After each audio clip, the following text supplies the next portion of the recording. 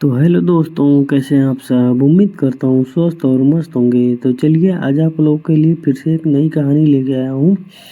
जैसा कि आप सभी जानते हैं, हमारे हर कहानी में 5 लकी सब्सक्राइबर को 100 रुपये का इनाम दिया जाता है। तो इस कहानी को पूरी सुने और अपने दोस्तों में शेयर करें तथा हमारे चैनल को सब्सक्राइब करें।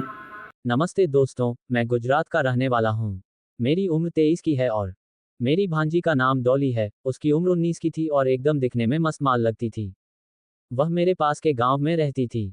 उसके गांव में हायर सेकेंडरी की पढ़ाई के लिए स्कूल नहीं था, तो पढ़ने के लिए उसका बस में आना जाना था। मेरी मम्मी की तबीयत ठीक नहीं रहती थी, तो मेरी मम्मी ने डॉली की मम्मी को बोल दिया कि डॉली मेरे घर पर ही रहे और वह यहाँ से ही स्कूल चली जाएगी। उसके यहाँ रहने से मुझे भी कुछ सहारा हो जाएगा। वह थोड़ा सा काम में मेरी मदद भी कर देगी। वैसे तो मेरा घर बहुत बड़ा है, इसलिए उसके रहने से कोई दिक्कत नहीं होनी थी। फिर हम दोनों की आपस में बहुत बनती भी थी। हमारा बचपन साथ में गुजरा था। हम दोनों हमारी सारी बातें आपस में शेयर करते थे। वह मुझे 4 साल ही छोटी थी। हालांकि मैंने कभी उसे गलत नज़र से देखा नहीं था। मैं पहले अपनी भांजी के बारे में बता देता हूँ। मेरी भांजी देखने में एकदम हॉट कंटीला माल थी। एक दिन मैं अपनी भांजी से अपने एक दोस्त की बात कर रहा था। मेरे दोस्त का उसके पास वाली एक लड़की का कुछ चक्कर चल रहा था, तो मैं डॉली को वही सब बता रहा था। उसी चर्चा में मैंने डॉली से कह दिया। मेरा दोस्त बता रहा था कि उसके ऊपर खूब घुड़सवारी करती है। अब डॉली कोई बच्ची तो थी नहीं, वह घुड़सवारी का मतलब बखूबी समझती थी। डॉली मुझसे पूछने लगी, क्या तुम सच में बोल रहे हो? वह इस बात में कुछ ज्यादा ही रुचि दिखा रही थी। मैंने बोल दिया, क्यों, तुझे कुछ गलत लग रहा है? वह मेरे सामने बोली, नहीं, मुझे क्या मतलब, वह चाहे घोड़े की सवारी करे। इतना कहकर उसने अपने होंठ काट लिए और मुंह दबाकर हंसने लगी। मैंने थोड़ा जोर देकर पूछा, बताना, तुझे उसकी इस हरकत को सुनकर कैसा लगा? उसने बताया, मुझे क्या कैसा लगना, मैं तो बस ऐसे ही कह रही हूँ कि मेरे ऐसे दिन कब आएंगे। मैंने उसकी बात समझ ली कि ये भी मचल रही है। तो मैंने कहा, तुझे कैसे दिन का इंतजार है? उसने मेरी तरफ देखा और इठला कर बोली, क्यों, समझ नहीं आया क्या? मैंने भी मजाक में बोल दिया कि तू परेशान क्यों है, मैं सब समझता हूँ और मैं हूं ना तेरे लिए। तुझे किसी बात की कमी महसूस नहीं होने दूंगा। वह मेरी तरफ देखने लगी और मुस्कुरा दी। उसकी नजरों में प्यार दिख रहा था। मुझे बड़ा अच्छा लगा। कुछ देर बाद उसने मेरे कंधे से सर टिका दिया और हम दोनों चुप होकर एक दूसरे के मन को पढ़ने लगे। मैं अब रोज उससे मजाक करने लगा। वह भी मेरे साथ मस्ती करने लगी। फिर एक दिन मैंने बोल दिया, मैंने किस करना है? उसने मेरी तरफ देखा और कह दिया, किसी को भी कर लो, मुझे कोई दिक्कत नहीं है। मैं इस बात पर गंभीर था, मगर वह मजाक समझ रही थी, तो उसने मुझे इस तरह से कहकर मना कर दिया। फिर मैं जब गुस्सा सा हो जाता तो वह मुझे मनाने लगती। मैं भी उससे प्यार से मान जाता और हम दोनों बातें करने लगते। एक दिन वह बोली, तुमने काफी दिन से अपने उस दोस्त की गर्लफ्रेंड की चर्चा नहीं की। मैंने कहा, कौन सी वाली लड़की की? वो जो घुड़सवारी करती थी। उसने मेरी बांह पर मुक्का जड़ते हुए कहा, हाँ, वही घुड़सवारी वाली लड़की की। मैंने कहा, तुमको घुड़सवारी की चर्चा सुनना है या उस लड़की की? वह हंसने लगी और बोली, जब उस लड़की की चर्चा करोगे तो उसकी किसी भी तरह की सवारी की चर्चा भी तो करोगे ना। मैंने कहा, क्यों, घुड़सवारी की ही चर्चा क्यों सुननी है? वह चुम्मी भी तो लेती है। वह समझ गई कि मैं बात को घुमा फिरा कर किसकी बात करना चाहता हूँ। मैंने उसी के सामने अपने दोस्त को फोन लगा दिया और उससे कुछ देर इधर उधर की बात करने के बाद पूछा, और सुना, आजकल तेरी घुड़सवारी करने वाली के क्या हाल चाल हैं? उसकी तरफ से कोई जवाब आता उससे पहले ही मैंने फोन को स्पीकर पर डाल दिया था और बोला कि वो किसी दिन मेरा खूंटा उखाड़ देगी। मैंने कहा, अरे बड़ा कमजोर है तेरा खूंटा। वह जवाब में हंसने लगा और बोला, उसके जर्क से ऐसा लगता है, मगर खूंटा थोड़ी उखड़ने वाला है। अब मैंने डॉली की तरफ देखा। वह बड़ी खामोशी से बात सुन रही थी और उनकी आंखों में एक वासना की खुमारी सी दिखने लगी थी। मैंने उसे देखा और इशारा किया और पूछूं। उसने मुस्कुरा कर हाँ में सर हिला दिया। मैंने कहा, हाँ, वह तो मैं भी जानता हूँ कि खूंटा ऐसे उखड़ने लगा तो फिर मर्दों की तो दुकान ही बंद हो जाएगी। यह सुनकर डॉली की आंखें तमतमा उठी और उसने मेरे हाथ पर अपना हाथ रख दिया। मैं समझ गया कि इसके अंदर आग लग गई है। इसी तरह से कुछ देर बाद मेरे दोस्त से बात खत्म हो गई और डॉली अचानक से मेरे बाजू से उठकर चली गई थी। मैं समझ गया कि बंदी बाथरूम में क्या करने गई है। उसके बाद कुछ ऐसा हो गया था कि जब भी हम दोनों अकेले होते थे तो मैं उससे किस मांगने लगता था या बात करने लगता था। वह भी हर बार मजाक समझकर मेरी मांग को नजरअंदाज कर देती थी। फिर एक दिन हम दोनों एक साथ में सो रहे थे। मुझे नींद नहीं आ रही थी। उस वक्त डॉली मेरे बाजू में ही लेटी थी। मैंने उसे इशारे में बोल दिया, मुझे किस करना है। वह मेरी बात को नजरअंदाज करती हुई करवट बदल कर सो गई। मैं भी उदास हो गया और करवट बदलकर सो गया। वह सुबह जब 6 बजे उठी तो उस वक्त मैं गहरी नींद में था। उसने मुझे जगाया और कहा, उठो, दरवाजे के सामने से उठकर एक साइड में आओ। मैंने भी बोल दिया, क्या है, सोने दो ना। डॉली, किस करना है कि नहीं? मैं हाँ करना है, पर तुम देती ही नहीं हो। उस वक्त कमरा पूरा खाली था। उधर हम दोनों ही थे, बाकी सब बाहर अपना काम कर रहे थे। डॉली, आज दूंगी, जल्दी से इधर आओ।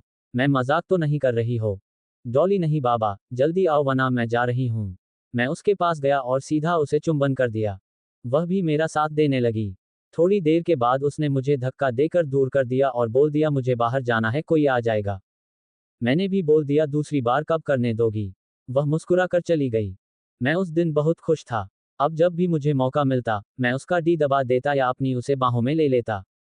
उसे भी अब मेरे साथ मजा आने लगा था। एक दिन मैंने उससे रात को मेरे पास आने के लिए बोल दिया। मैं अक्सर कमरे के कोने सोता था। मैं उसका इंतजार कर रहा था। करीब 1 बजे वह मेरे पास आ गई और बाजू में आकर लेट गई। मैंने उसका हाथ पकड़कर अपने पास खींच लिया तो वह मुझे किस करने लगी। वह मुझे पागलों की तरह चुंबन कर रही थी और मेरे पूरे बदन पर हाथ फेर रही थी। डोली को अपने मामा से बहुत लगाव था। वह हमेशा उनके साथ समय बिताना चाहती थी, चाहे वह बगीचे में फूलों की देखभाल करना हो या फिर शाम को चाय पीते हुए गांव की कहानियां सुनना। मामा भी डोली के साथ अपने समय को खास महसूस करते थे। उनके लिए डोली सिर्फ एक भांजी नहीं थी, बल्कि उनकी जिंदगी का एक अहम हिस्सा थी। एक दिन गांव में मेला लगा हुआ था। डोली ने मामा से मेले में चलने की जिद की। मामा ने हंसते हुए उसकी बात मान ली और दोनों मेले की ओर चल पड़े। मेले में रंग बिरंगी लाइटें, झूले और खिलौनों की दुकानें थीं। डोली बहुत खुश थी और हर चीज को देखकर उत्साहित हो रही थी। मेले में एक जगह पर एक फोटोग्राफर बैठा हुआ था, जो लोगों की तस्वीरें खींच रहा था। डोली ने मामा से कहा, मामा, चलो हम भी एक तस्वीर खिंचवाते हैं। मामा ने हाँ कह दी और दोनों ने एक साथ तस्वीर खिंचवाई। तस्वीर में डोली की मुस्कान और मामा की गंभीरता साफ झलक रही थी। शाम को घर लौटते हुए डोली ने मामा से कहा, मामा, आज का दिन मेरे लिए बहुत खास था। मैं हमेशा आपके साथ ऐसे ही पल बिताना चाहती हूँ। मामा ने डोली की ओर देखा और मुस्कुराते हुए कहा, डोली, तुम मेरी जिंदगी की रोशनी हो। मैं हमेशा तुम्हारे साथ रहूंगा। उस रात डोली ने अपने दिल में एक अलग ही एहसास को महसूस किया। वह समझ चुकी थी कि उसके मामा के प्रति उसकी भावनाएं सिर्फ सम्मान और प्यार तक सीमित नहीं थीं। वह उनसे और करीब होना चाहती थी। वहीं मामा भी डोली के प्रति अपने भावनाओं को समझने लगे थे।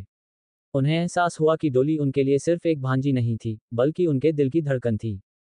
डोली और उसके मामा के बीच का रिश्ता अब धीरे धीरे एक नए रूप में ढलने लगा था। गांव की शांत वादियों में जहां प्रकृति की मधुर संगीत बजती थी, वहां उनके बीच का प्यार भी फूलों की तरह खिलने लगा।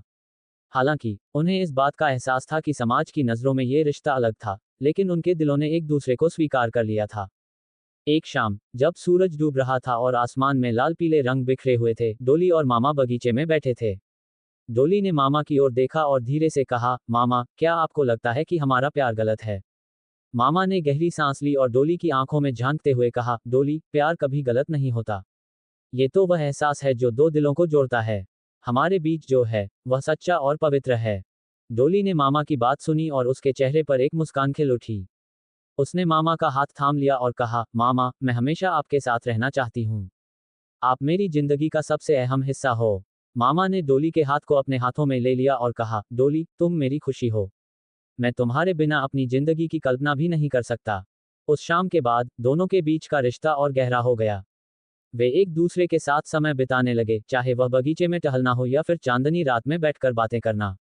उनका प्यार दिन ब दिन बढ़ता गया और वे इस बात को समझने लगे कि उनके बीच का ये रिश्ता सिर्फ एक भावनात्मक जुड़ाव नहीं था, बल्कि एक गहरा और सच्चा प्यार था। एक रात जब चांदनी आसमान में चमक रही थी, डोली और मामा छत पर बैठे थे। डोली ने मामा की ओर देखा और कहा, मामा, क्या हम हमेशा एक दूसरे के साथ रह सकते हैं? मामा ने डोली को गले लगा लिया और कहा, हाँ डोली, हम हमेशा एक दूसरे के साथ रहेंगे। तुम मेरी जिंदगी का सबसे खास हिस्सा हो।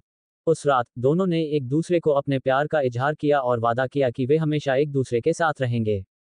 उनका ये प्यार गांव की हवाओं में गूंजने लगा और लोगों ने इसे प्यार की एक अनोखी मिसाल के रूप में याद रखा। डोली और मामा का ये रोमांटिक सफर उनके दिलों की गहराई से जुड़ा हुआ था और यह कहानी हमेशा के लिए उनके दिलों में बस गई। अगर आप ऐसे ही और स्टोरी सुनना चाहते हैं तो हमारे चैनल को सब्सक्राइब जरूर करें।